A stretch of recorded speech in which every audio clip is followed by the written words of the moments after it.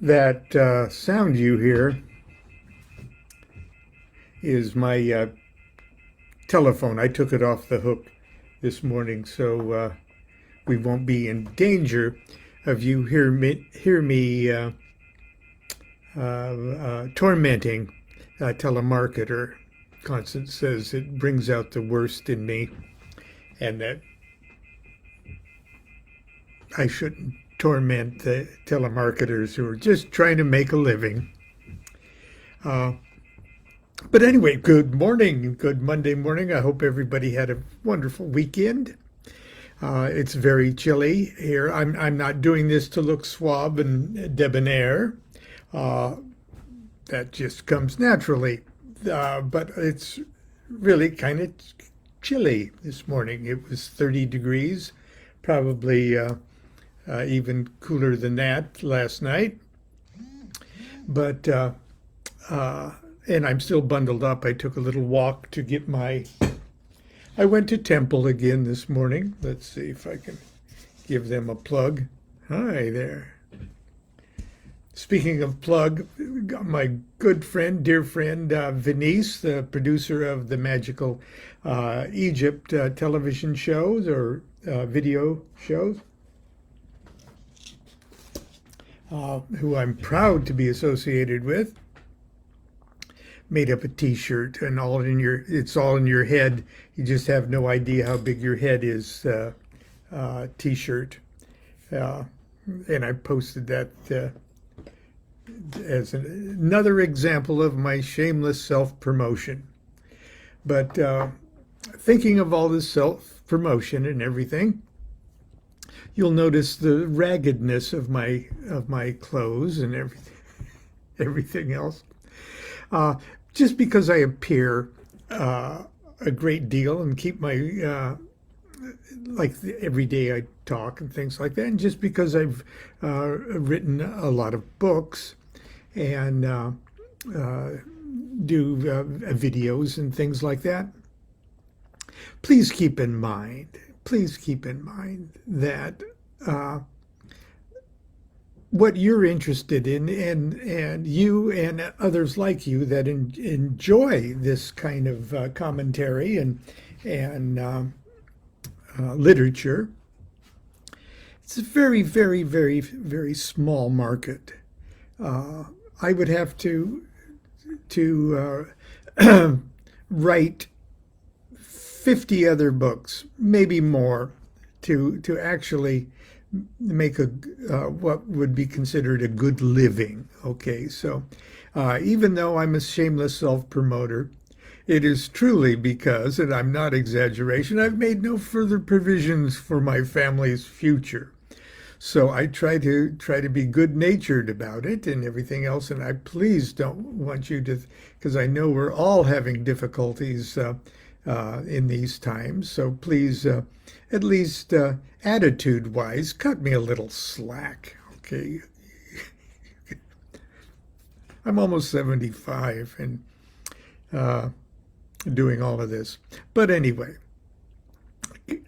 I get emails, I get messages and responses to these videos and things, and I can't expect everybody that has the means to contact me to have read very many of my books. And a lot of these questions are addressed, if not satisfactorily answered, in books that I've already written and taken hours and days and years to compile.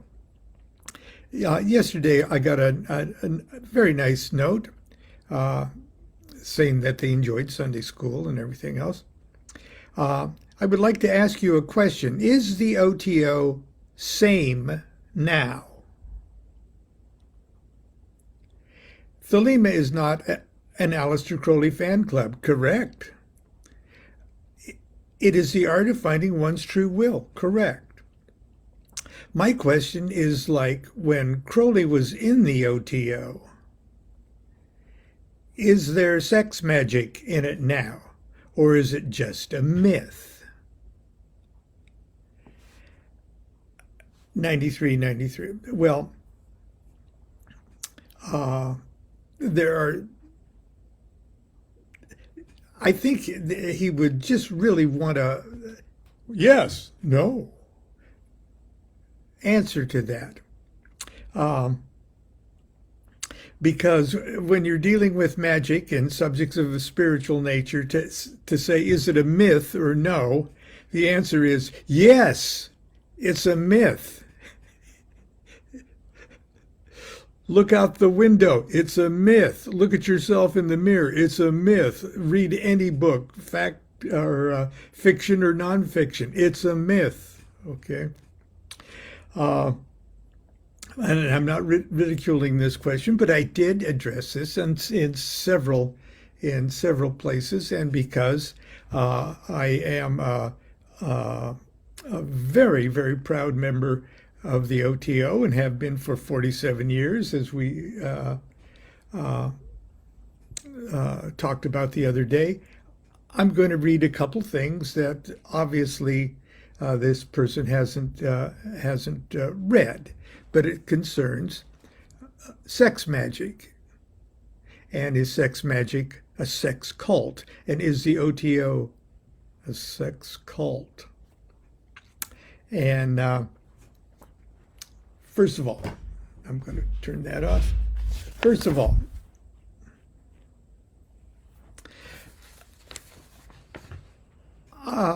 the Crowley material concerning sex magic was compiled in a series of books by Weiser called the Best of the Equinox or something like that. And I curated and edited that series of books.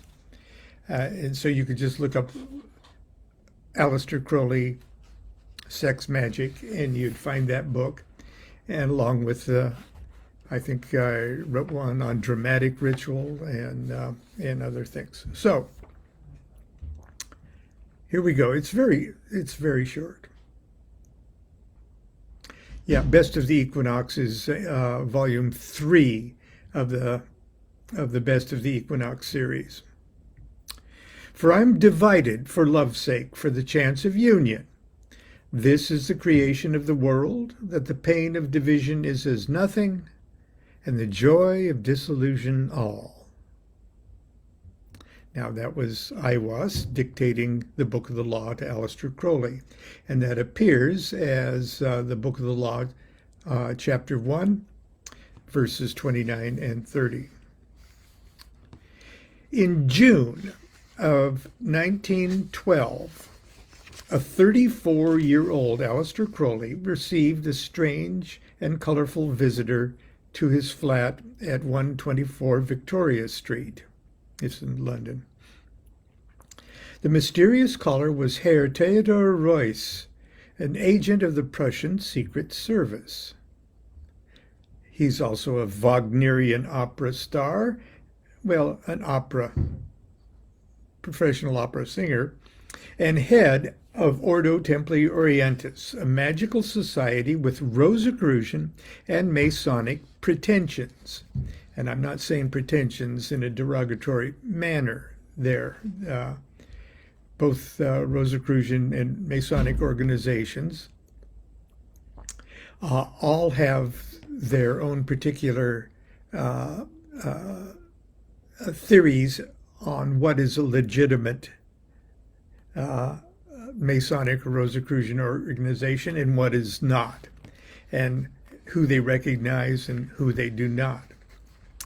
So pretensions is a normal word and not a derogatory word. Okay.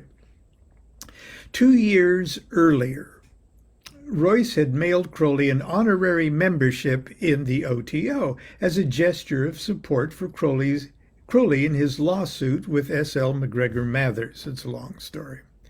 Mathers claimed worldwide leadership of the Rosicrucians and was upset that Crowley was publishing proprietary Golden Dawn rituals and teachings in his publication, The Equinox. The purpose of Reuss's visit, however, was not to discuss Golden Dawn matters, but to take Crowley to task for publishing the OTO's supreme secret of sexual magic. Crowley protested that he had done no such thing and that, in fact, he didn't know the secret and was completely unaware that the OTO had anything to do with sex magic. Royce stepped to Crowley's own bookshelf and plucked out a copy of Liber 333, the Book of Lies, which is also falsely called Breaks, the Wanderings and Falsifications of One Thought of Frater Perduraba, which thought itself is untrue. That's the title.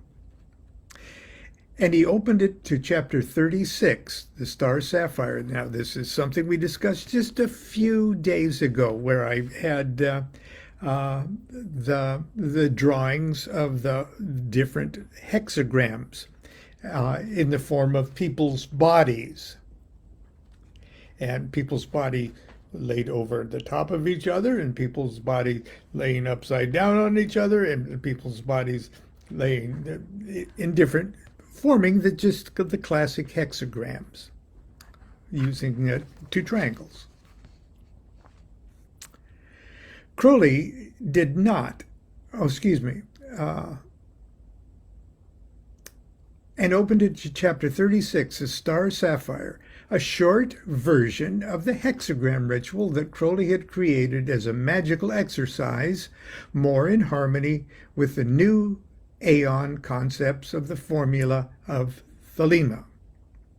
Now, I'm going to digress for a second here,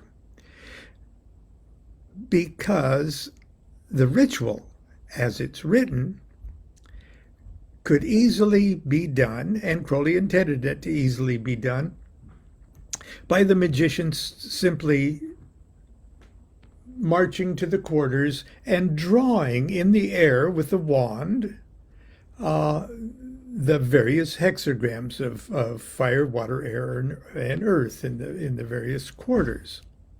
Okay, nobody pulled their pants off or did anything weird. Okay, that's the way Crowley wrote it, and that's the essence of the ritual too. Okay, but Royce saw something else in that of more universal application. And he thought, wrongly so at the time, that Crowley saw that too. And it ventured dangerously close to an actual technique of we could say tantric yoga or sex magic. And Royce was upset with Crowley, not because Crowley revealed that it was a sex magic thing, but that everything is a sex magic thing if you understand what sex is and how it applies to keeping this universe running. Crowley created as a magical exercise more in harmony with the new aeon concepts of the formula of Thelema. I mean, you use, Thelemic pantheonic names and stuff like that. Crowley did not immediately see how the contents of this tiny chapter could possibly be the supreme secret of sexual magic.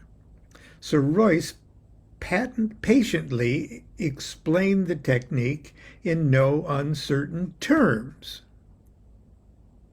Crowley was stunned. I mean, all sorts of light bulbs went off over Crowley's head there. Since childhood, he had intuited the importance and the potential power of sex. And if we were frank with ourselves, so have each of us. We've all thought, from infancy on, we've all thought, there's something really weird behind these feelings and this impulse and this power in me. But I digress. But here, in the most profound and simple terms, was the key.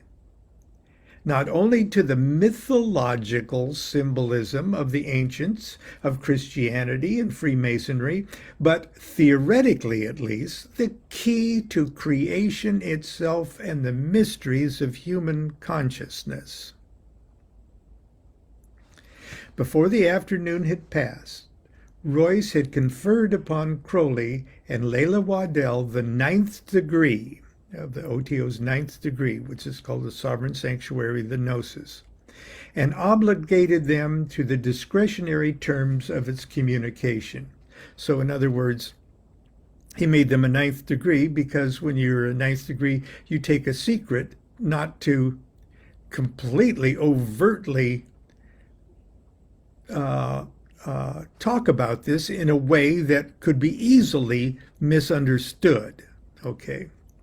Now, when Crowley conferred the 9th degree on Crowley and Layla Waddell, he didn't have sex with them. He didn't make them have sex with each other. Conferring the 9th degree is not obliging anybody or suggesting that anybody do anything overtly sexual.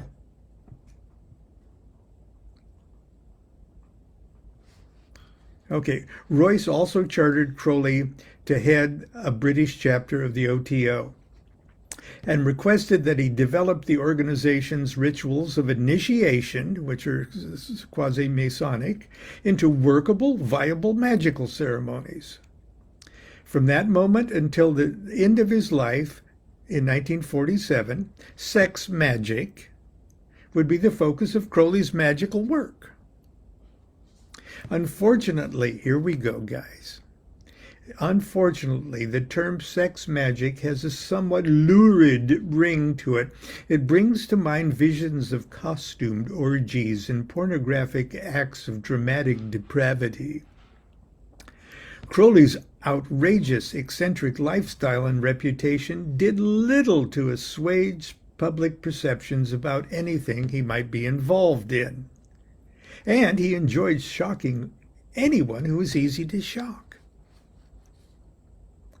To the disappointment of many, however, sex magic is a demanding physical and meditative yogic discipline of the highest order, and the underlying theory is as challenging to the imagination as the postulates of quantum mechanics. Yet, the fundamental key to sex magic is breathtakingly simple and can be summarized in the single word ecstasy.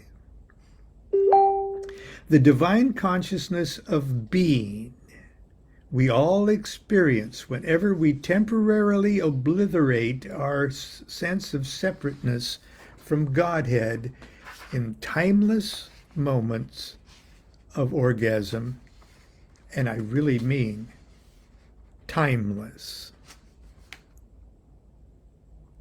In the eternal instant that we are the all, there is nothing we cannot create. Modern students of Crowley are further challenged by language he was obliged to use to veil the discussion of the subject. In other words, you can talk about it quite plainly, but you're not giving the information. You're not explaining it. You can't explain it in words. The real secrets are incommunicable and have to be discovered by each individual. Only you can turn the light bulb out over your own head.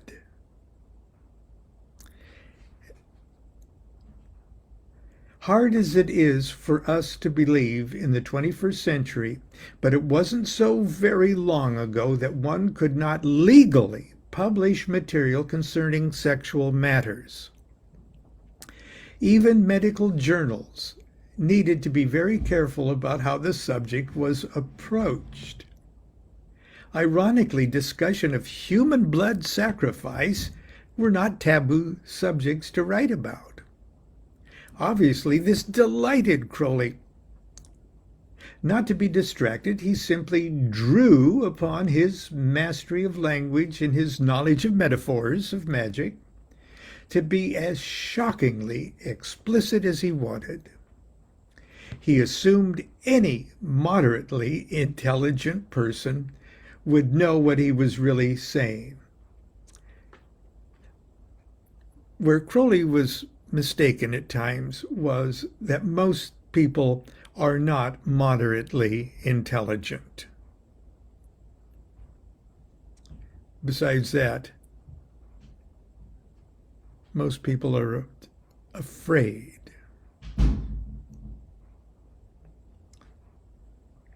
He assumed any moderately intelligent person would know what he was really saying.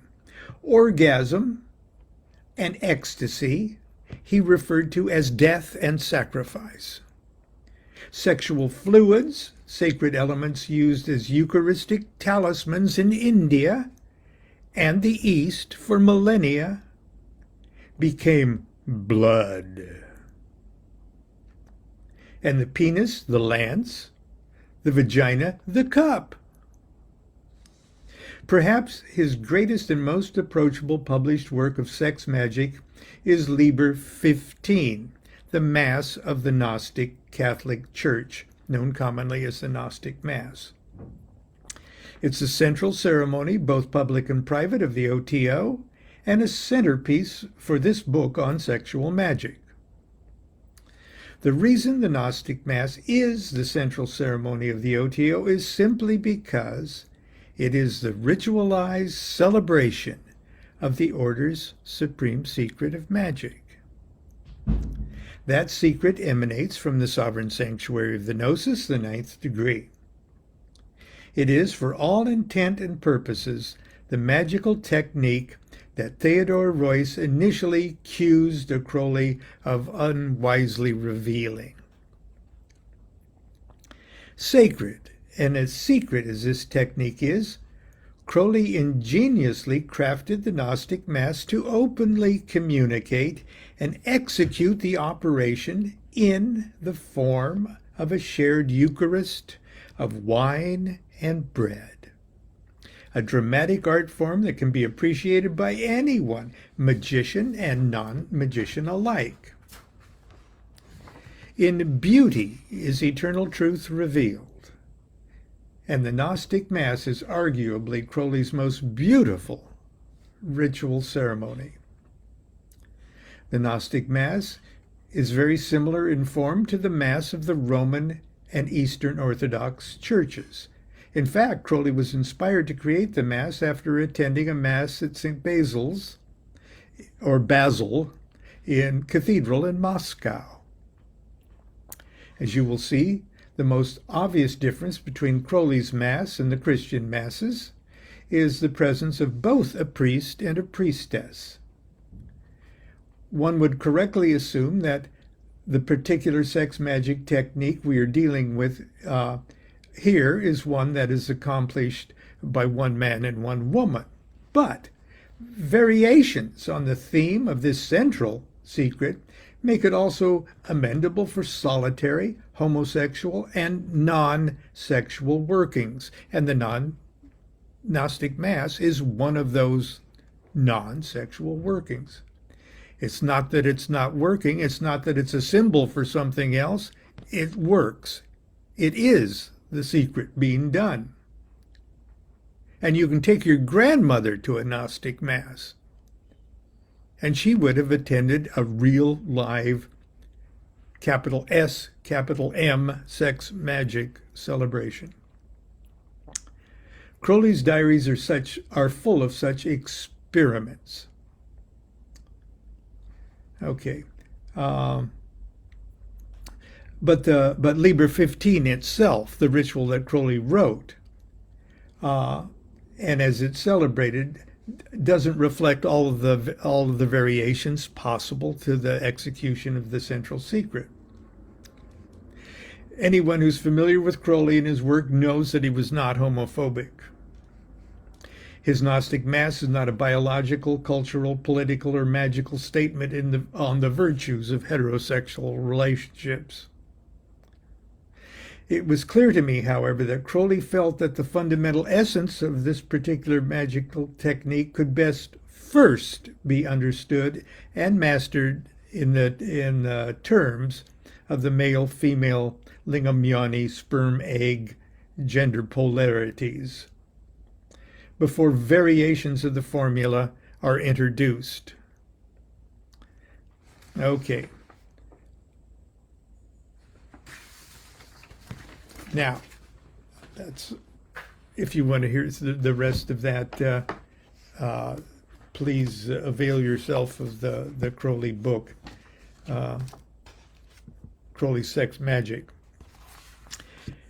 And I'm going to close with this answer to a letter on sex magic and the OTO in Ask Babylon. And I'm not going to read you the whole question. Here's just how he ends. The OTO is very attractive to me, and I would simply like to dispel any ill feelings before seeking membership. Thank you again. First of all, the OTO and any thelemic organization does not proselytize. Nobody tries to get you to join the OTO. You have to ask. It's like Masonry. No one invites you to join the Masons. You have to find a Mason and go, hey, how do I join? Okay. Hi, name withheld. Please don't feel at all self-conscious.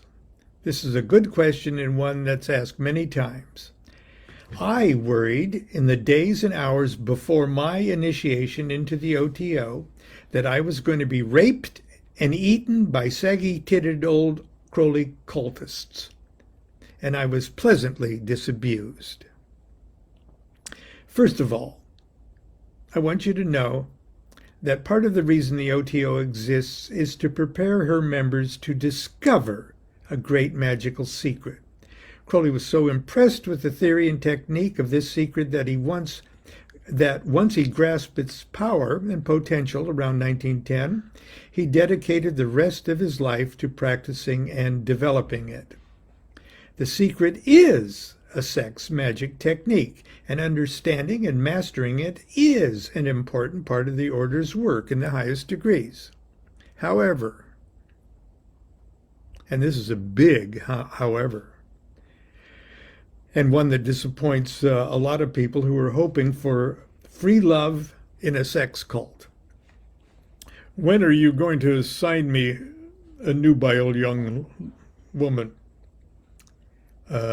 Sorry.